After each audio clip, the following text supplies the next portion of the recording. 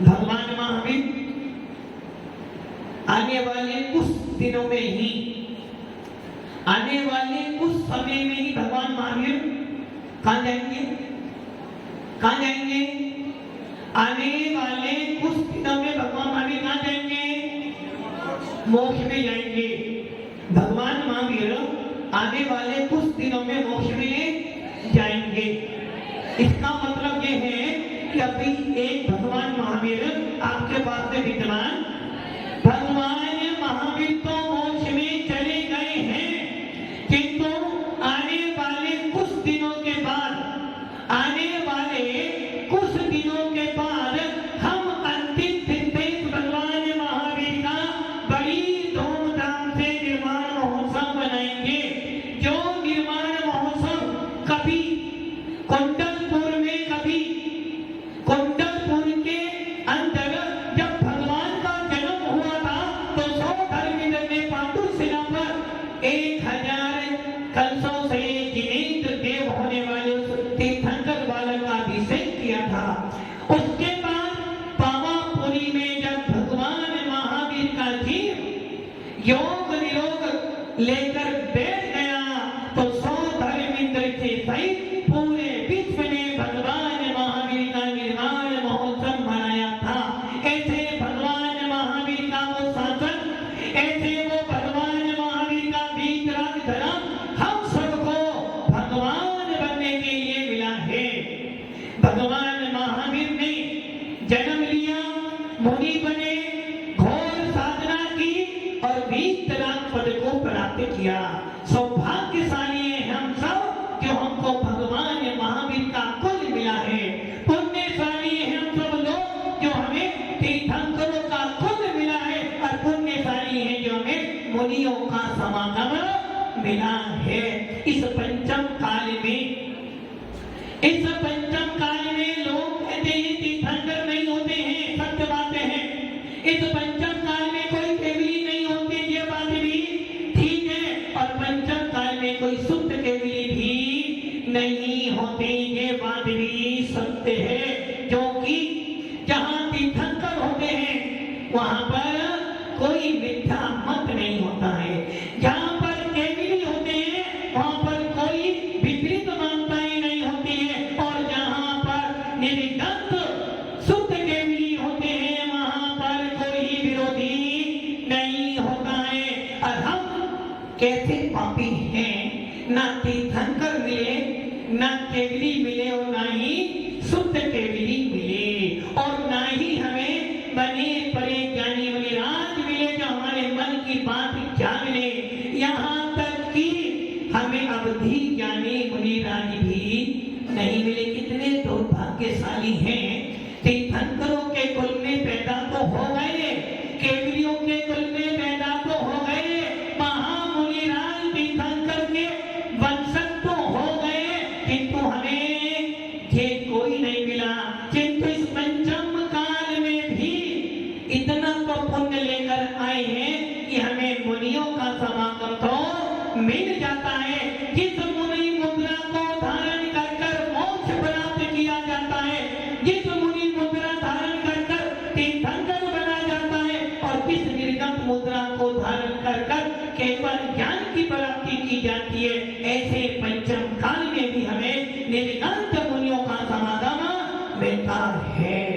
ये ध्यान रख लेना, पंचम काल भले हैं किंतु देव सद्गुरु का अभाव नहीं है। और आचार्य कुंद स्वामी अपने समय सार जैसे अध्यात्म शास्त्र में लिख रहे हैं कि यदि तुझे भगवान महावीर की याद आती है, यदि तुझे पूजा करते करते किसी मुनि के गुणों का स्मरण हो जाता है, यदि तुझे खाने खाते खाते यदि ये भाव मन में आ जाए कि पहले मुनि को हाथ दे दो फिर मैं भोजन करूं, तो समझ लेना अभी भी तेरे अंदर कहीं ना कहीं अंदर के कोने में एक दीपक जलता है।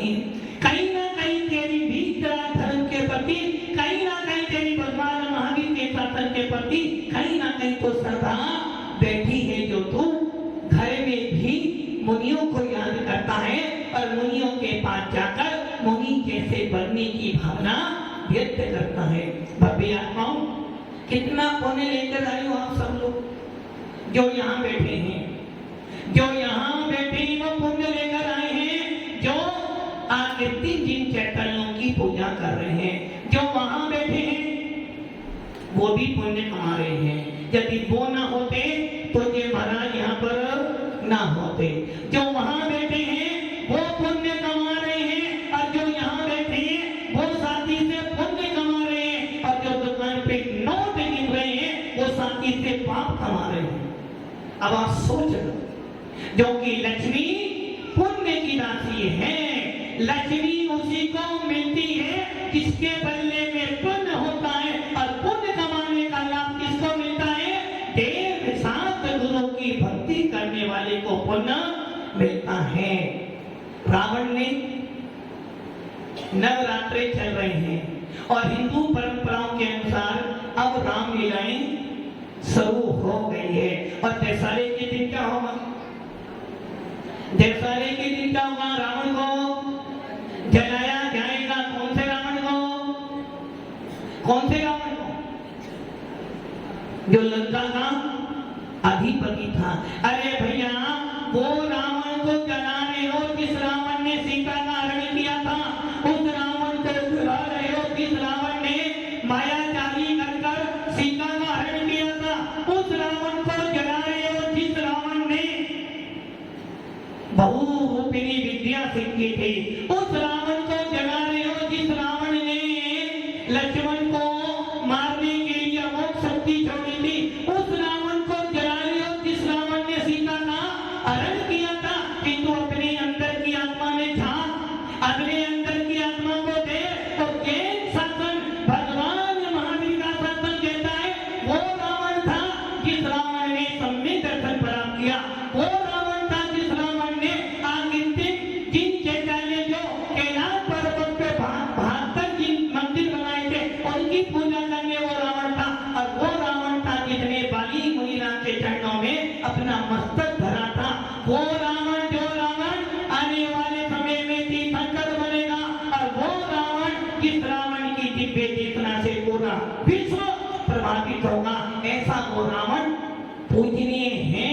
वो रावण जैन शासन कभी किसी का अपमान नहीं करता है, रावण हो या राम, बस इतना अंतर है कि राम ने मर्यादा बनाई थी, राम ने पिता का आज्ञा मानी थी, राम ने सीता का पालन करवाया था, और वही राम का जिस राम ने मुनि मुद्रा धारण कर मोक्ष प्राप्त किया था। रावण और राम में कोई अंतर नहीं है। रावण पहले मोक्ष में गया है और राम बाद में मोक्ष जाएगा। और अधिक अंतर देखें, राम तीर्थंकर नहीं बना, केवली बनकर मोक्ष गए।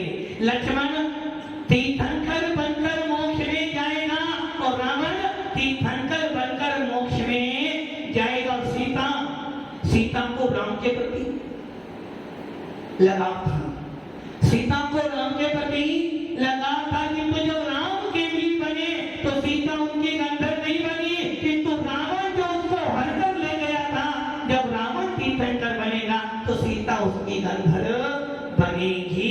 भव्य आत्माओं, जैन शासन कहता है ना जाने किस समय तुम्हारे परिणाम अच्छे बन जाए और किस समय तुम्हारे परिणाम खराब बन जाए। हो सकता है जो आज तक कुछ नहीं कर पाया आज कर ले, और तो जीवन भर करता रहा, अंत में सब बिगाड़ लिया। इसलिए जैन शासन कहता है पापी से घृणा मत कर दो कि पापी ना जाने किस दिन पुण्यशाली बन जाएगा।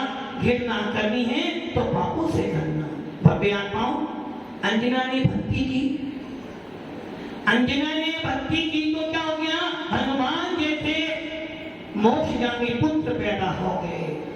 सोमावती ने भक्ति की तो नाग का हाल बन गया, और सीता ने जब भक्ति करी तो अंगिनी का भी नीर बन गया, और रावण ने भक्ति करी तो इंद्रों का आसन भी कंपायमान हो गया। और हम भक्ति करें तो अरे इंद्रों का आसन कंपायमान हो ना हो, हमारे अंदर का आसन कंपायमान हो जाए तो समझना मेरी भक्ति सफल हो गई है। भव्य आत्माओं, आज आप इस स्थान पर बैठकर जिन जिनेंद्र देव की आकृति, जिन चैतन्यों की पूजा कर रहे हो, कितने मंदिरों की? 458 आकृति जिन चैतन्य। कितने दीप हैं आपके पास? दीप कितने हैं? 2.5 दीप। क्षेत्र कितना है? एक मध्य लोक, और उस मध्य लोक में कितने जिन मंदिर हैं?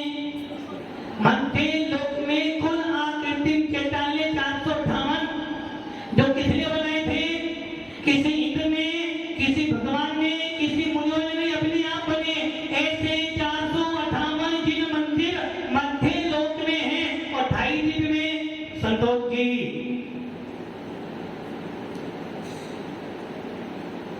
मध्य लोक में 458 जिन मंदिर, और 2.5 दीप के अंदर 390।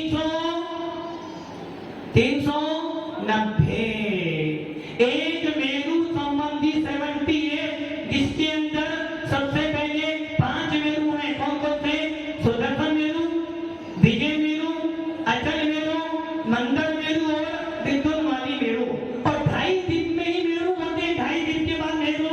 तो कम से कम जो मनुष्य बने हैं, जो जैन कुल में पैदा हो गए हैं, जो नमोकार मंत्र पे श्रद्धा करते हैं, जो सवेरे शाम बोलते हैं अरंत शरणम, राजमन जी पैसा शरणम नहीं, पवन जी क्या बोलते हो? दुकान शरणम गच्छामि या महाराज जी शरणम गच्छामि। अरे भैया, धन दौलत भी जभी मिलती है जब कोई दिगंबर साधु का आशीर्वाद धर जाए। जब तक बीच धर्म पे श्रद्धा नहीं होगी तब तक आत्मा का कल्याण नहीं होगा। और जिसके पास में श्रद्धा होती है देव का गुरु के प्रति, उसके घर में कभी खाने की कमी नहीं होती है। आचार्य पुष्पदंत भूत बलि लिख रहे हैं, जब तक दिगंबर साधु हैं तब तक तेरे घर में चूल्हा जल रहा है। जब तक दिगंबर साधु को हार दे रहे हो तब तक तुमको खाने को मिल रहा है। और जब तक दिगंबर साधु जीवित है तब तक धर्म की ध्वजा चलती चली जाएगी। जिस दिन साधुओं का अंत हो जाएगा, जिस दिन दिगंबर साधुओं का अंत हो जाएगा, अग्नि का विनाश हो जाएगा, भूखे मरोगे। और जिस दिन साधुओं का अंत हो जाएगा, धर्म का भी विनाश हो जाएगा। इसलिए ध्यान रखना, जैन शासन की शान आन बान यदि कोई है तो वो है दिगंबर साधु। भारत की आन बान शान कौन है? भारत की आन बान शान कौन है? एक तिरंगा। और जैन समाज की यदि आन बान शान कोई है तो वो है जैन साधु। भव्य आत्माओं, आप उन आकृति जिन चैतन्यों की पूजा कर रहे हो, जिनकी पूजा करने के लिए सौधर्मिक स्वर्ग से आता है, उस सर्वार सिद्धि का तेज भी सोचता है कि देखो कितना पुण्य है इंद्रों का जो इंद्र ध्वज विधान कर कर जिनेंद्र देव की पूजा कर रहे हैं। आपके पास में कितने क्षेत्र थे? 2.5 दिन में 5 मेरू। पहला जम्बूद्वीप, दूसरा धात्रीखान, तीसरा पुष्कराल। जम्बूद्वीप को घेरे हुए रमण समुद्र, धात्रीखान को घेरे हुए कालोदकी और पुष्कराल को घेरे हुए कौन है? मानो सोत्तर पर्वत। तो जम्बूद्वीप में कितने मेरू? 1 मेरू। कौन सा मेरू? सुदर्शन मेरू। उसके बाद धात्रीखंड में पूर्व धात्रीखंड और अपर धात्रीखंड, एक में विजय मेरू, दूसरे में अचल मेरू, 2 मेरू धात्रीखंड में।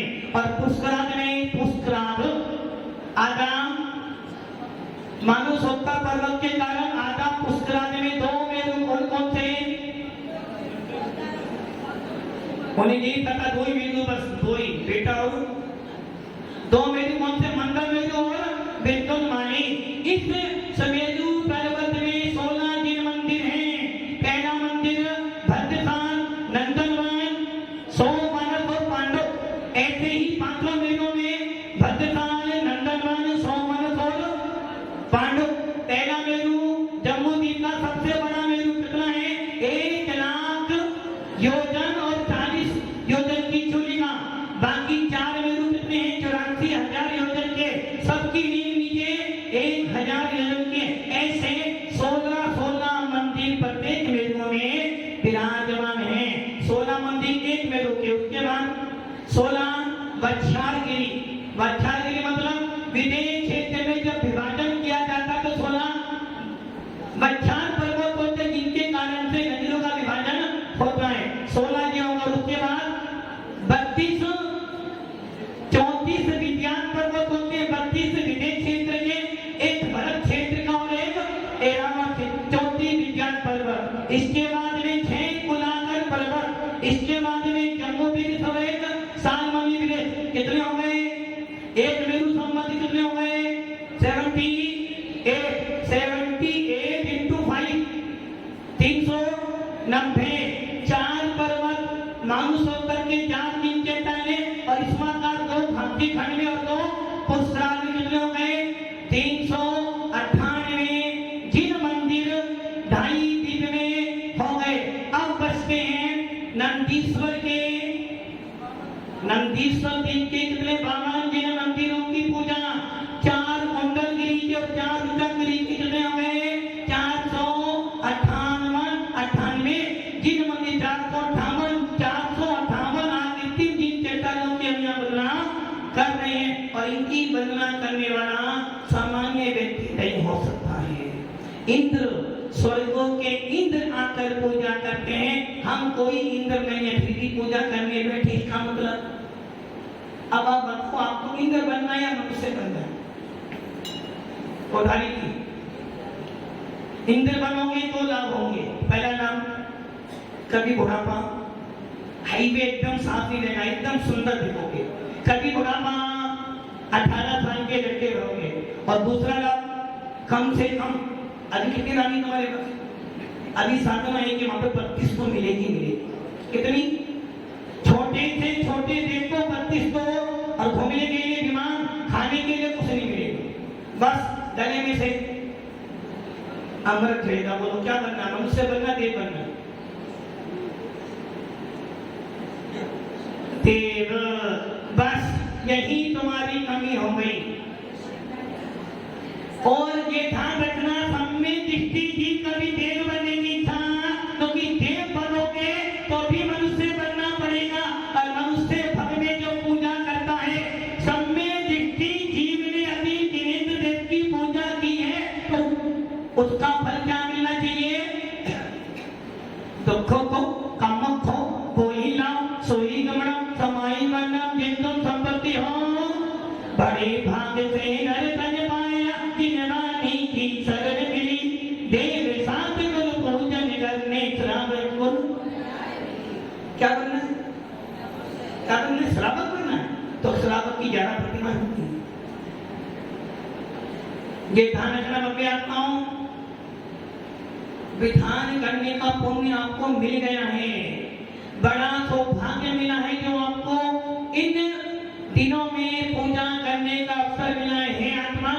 बस यही भावना बना कि पूजा करने बैठा हूँ, यदि पूजा करते करते भी मर जाऊं तो कोई गम में ज्योति देवगति तो निश्चित है, और यदि पूजा करते करते जीवित रहा तो मुनि बनकर समाधि मरण कर कर मोक्ष में तो निश्चित जाऊंगा।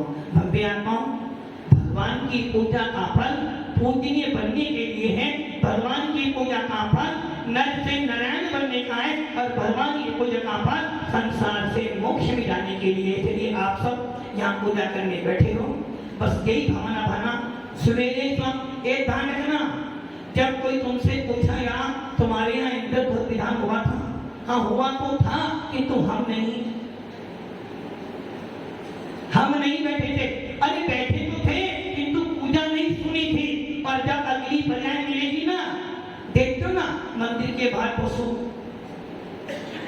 घूमते रहते हैं, और बहुत बार रहते हैं उनसे भी है कि मंदिर के बाहर ही कोई सफाई करना कुछ तो रखना, किंतु बार बार वो मंदिर के बाद बैठा क्यों बैठा है? हो सकता है कोई बम्बे जैन था, और जब जैन बना था अवसर मिला था, क्या अवसर मिला था कि पूजा कर ले, गुरुओं की बात मान ले, उस दान पूजा कर ले, नहीं तो नहीं सड़ जाएगा। नहीं सुनी और मरकर वो शेर क्या बना था? मेढक। कहीं ऐसी दशा अपनी ना बन जाए। भगवान ने भोग दिया, भजन बोलते ना, तूने खूब दिया भगवान तेरा बहुत बड़ा एहसान, तूने खूब दिया भगवान तेरा बहुत बड़ा एहसान।